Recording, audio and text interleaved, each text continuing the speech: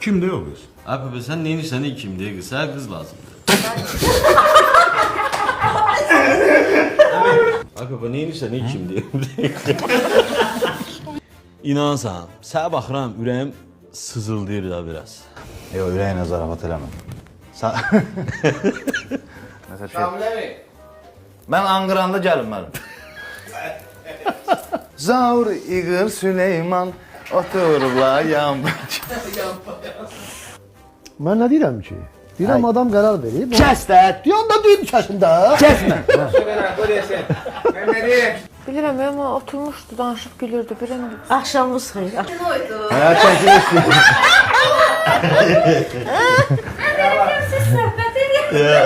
Kiraya qalsın.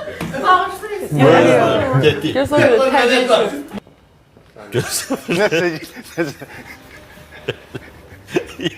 Bu boyda naməlum şeyler danışırlar, iş gedir bu. Yatıb da qardaş, biz hamımız eşitdik. Yığışmışdı. Arkada kızgın iş gedir. Bunlar da böyle, ay yazmış. Sənə qızı da qonsulurlar. Ay, bu yatmış olur. Bu söhbəti heç kim bilmir, heç kim bilmir. Hamı da eşidir. Qiptə edirəm də sənə. Sən mənə heç qət edəməzsən. Ay, eləyərdik, tabii. Razıyam, dediklərinin bir çoxunu eləmişsən. Eləmədiklərinə də çalışmısan. Amma indi... Gülmərəm. Sən... Tələsmə, deyil. bildim də.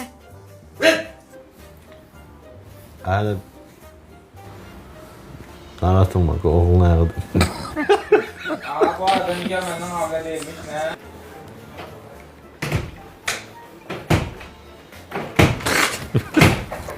Vəssalam dedim bağlandı da hələ danışır bu. Ay mə. Hara gedirsən?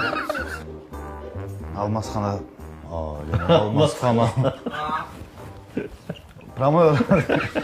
Gəlmə, gəlmə sənə. Almaz xanaya ilişim. Almaz xanası... Almaz. Necə?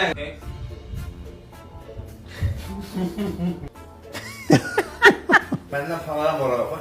Yeni stil, yeni stildir. Evet, aha. Git yavaş yavaş, aha. Pərviz. Lülə yoxsa tikə? Hansı yerdə qalmışdı? Mən maliyyə. İndi nəyə ehtiyac var? Hə, Nigar. Abi, anar yatırdı.